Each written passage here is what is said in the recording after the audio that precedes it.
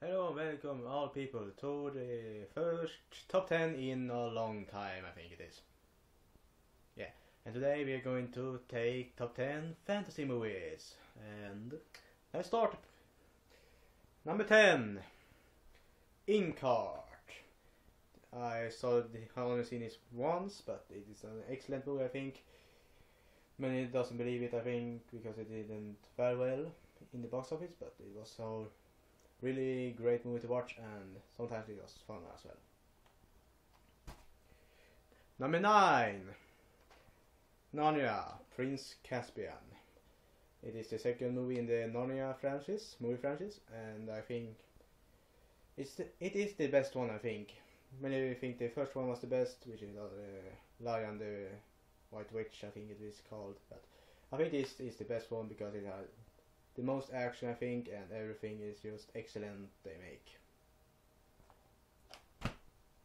Number 8, Nightwatch. This is a DVD with both movies, but Nightwatch is the one.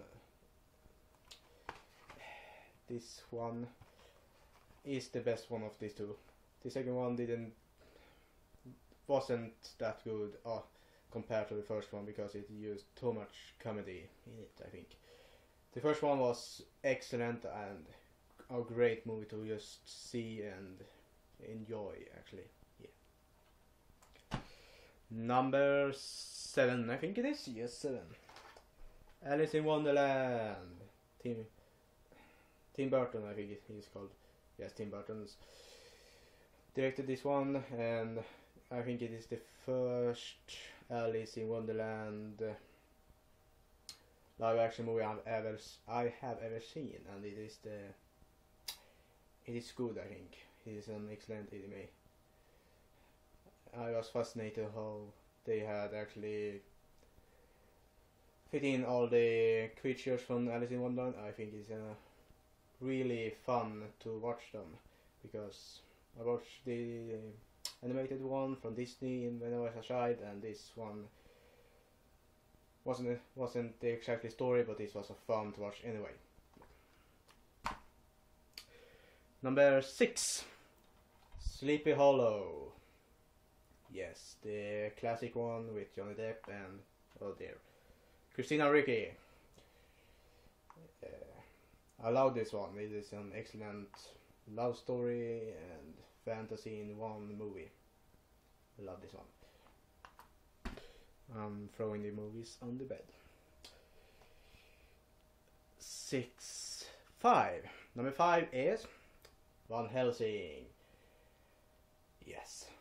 Here in Sweden, when I wanted to buy this one, it wasn't in stores because it didn't fare well, I think it was, and they just sold it cheap. And when I wanted to buy it, I couldn't find it. But when I found it, I was happy, and it was a great buy, actually.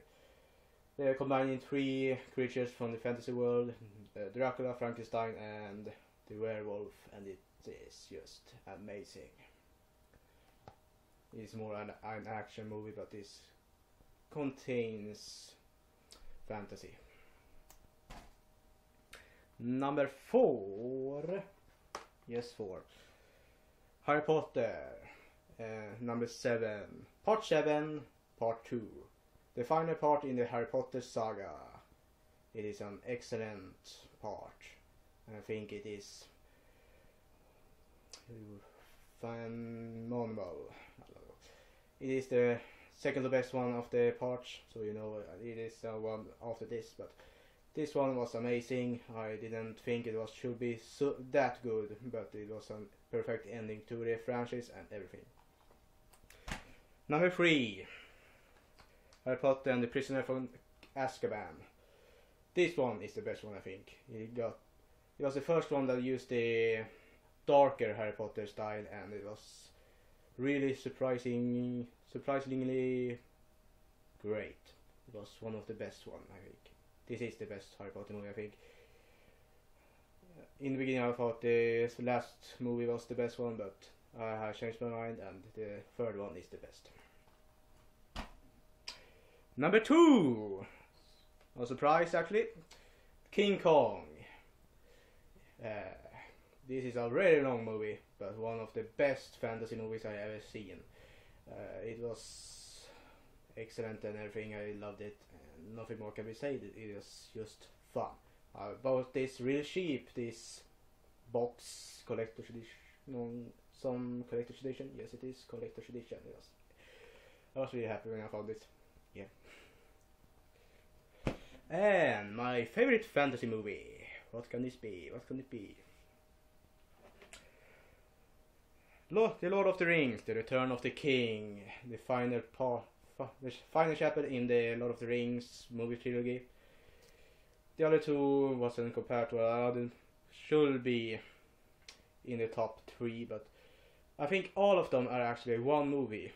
But that's why I took this one as the best one. It is the best part of the movie, of the 12-hour movie, I think. And this is the extended version, so yeah. I love this.